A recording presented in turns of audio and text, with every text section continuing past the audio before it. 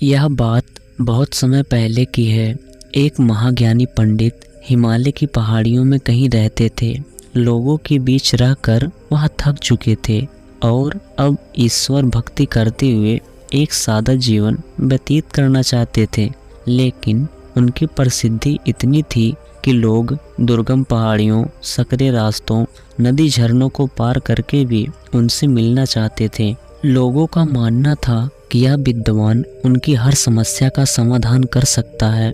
इस बार भी कुछ लोग पंडित जी को ढूंढते हुए उनकी कुटिया तक पहुंचाए। पंडित जी ने उन्हें इंतजार करने के लिए कहा। 3 दिन बीत गए। अब और भी कई लोग वहां पहुंच चुके थे।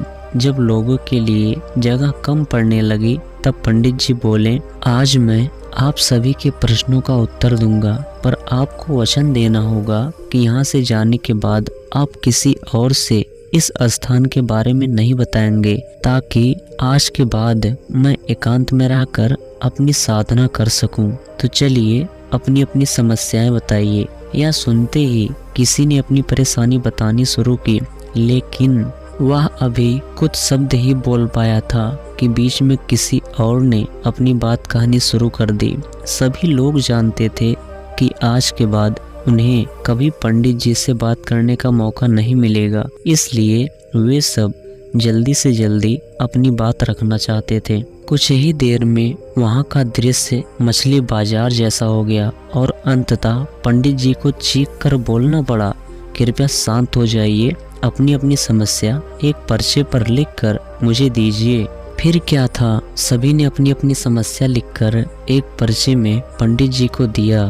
पंडित जी ने सारे पर्चे लिए और उन्हें एक टोकरी में डालकर मिला दिया और बोला कि इस टोकरी को एक दूसरे को पास कीजिए। हर व्यक्ति एक एक पर्ची उठाएगा और उसे पढ़ेगा। उसके बाद उसे निर्णय लेना होगा कि क्या वो अपनी समस्या को इस समस्या से बदलना चाहता है।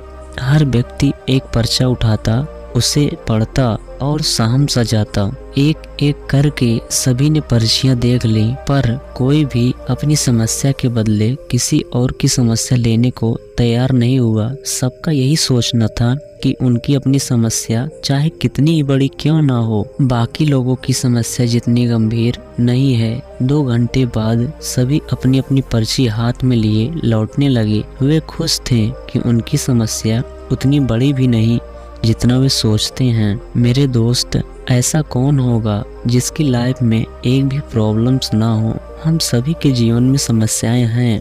कोई अपनी हेल्थ से परेशान है तो कोई लक ऑफ वेल्थ से।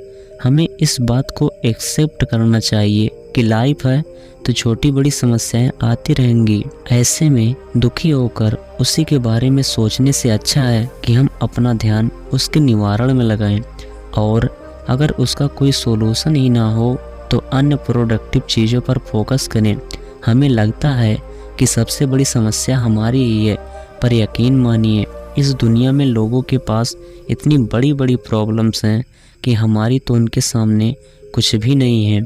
इसलिए ईश्वर ने जो भी दिया है उसके लिए थैंक्सफुल रहिए और एक खुशहाल जीवन जीने का प्रयास कीजिए। तो चलिए मैं आप लोगों से यहीं पर विदा लेता हूँ। मिलता हूँ किसी और अन्य वीडियो में। तब तक के लिए धन्यवाद।